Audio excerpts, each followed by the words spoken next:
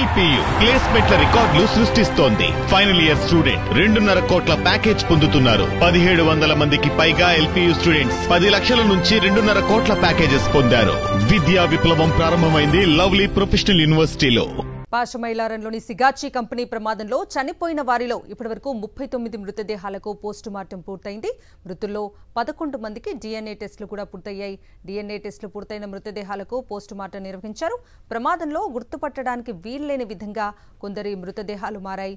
దీంతో మృతులు ఎవరు అనేది గుర్తించేందుకు DNA టెస్టుల కోసం రక్త నమూనాలు సేకరించారు.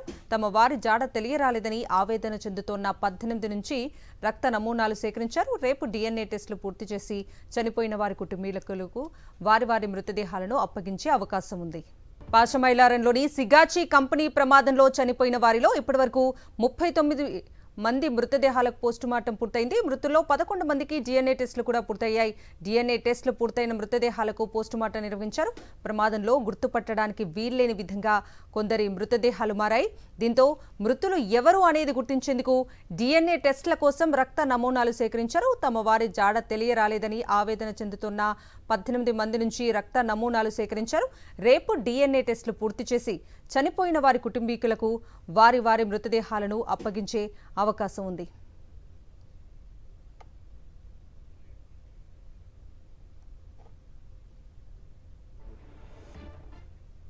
ఇదే అంశానికి సంబంధించి పూర్తి అప్డేట్స్ మా ప్రతినిధి విష్ణుని అడిగి తెలుసుకుందాం. విష్ణు, కవిత, ఏదైతే ప్రమాదానికి సంబంధించిన దాంట్లో ఒక పూర్తిగా రెస్క్యూ ఆపరేషన్ కి సంబంధించి కొంత కొలికొచ్చిందని చెప్పొచ్చు. ఎందుకంటే పూర్తిగా ఈపాటికి 39 మృతదేహాలను బయటకు తీయడం జరిగింది. అంటే ఏదైతే ఆ రోజు డ్యూటీకి వచ్చిన వారి సంఖ్యకు అనుగుణంగా ఇంకొక 11 మంది మృతదేహాలు దొరకాల్సింది ఉంది. ఆ మృతదేహాలకు సంబంధించిన ఒక 4 భారీ జేసీబీలతో భవనాన్ని శిథిలాలు తొలగిస్తా ఉన్నారు.